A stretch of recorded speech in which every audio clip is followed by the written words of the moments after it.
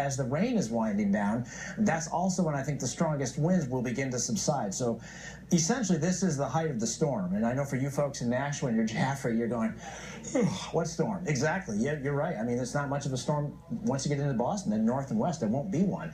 But down along the south coast and the Cape, winds gusting 35, 45 miles per hour with the potential for the occasional gust 45, 55 miles per hour in the shading in red. That's up until about, I'd say 11 o'clock or midnight or so. And then it will begin to really ramp down after midnight tonight. So by tomorrow morning at 5 a.m., you're still seeing some wind, but it's not the damaging wind that we have seen throughout the afternoon, as well as early this evening, a damaging wind potential, I should say.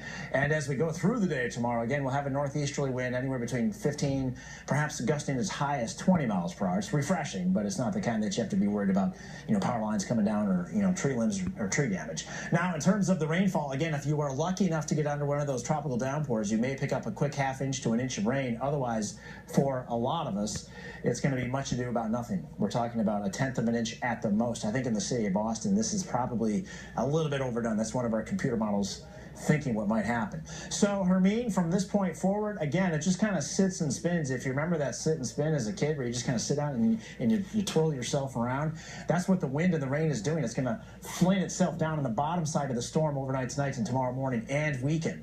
So tomorrow, Hermine's not that far away, but she's much weaker than she is right now. So there will be a fair amount of clouds tomorrow, and again on Wednesday with an isolated shower and just a bit of a breeze, and then Hermine fades away. And then after that, look what happens. We go right back into summertime warmth and humidity by Wednesday. Temps tomorrow in the lower 70s. Temps on Wednesday close to 80. The normal high should be in the mid and upper 70s.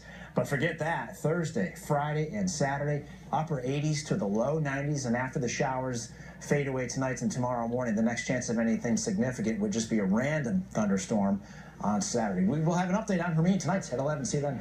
All right, Jeremy, thank you. Coming up, getting to work. Massachusetts lawmakers holding a key meeting on this Labor Day and why charter schools are a hot topic.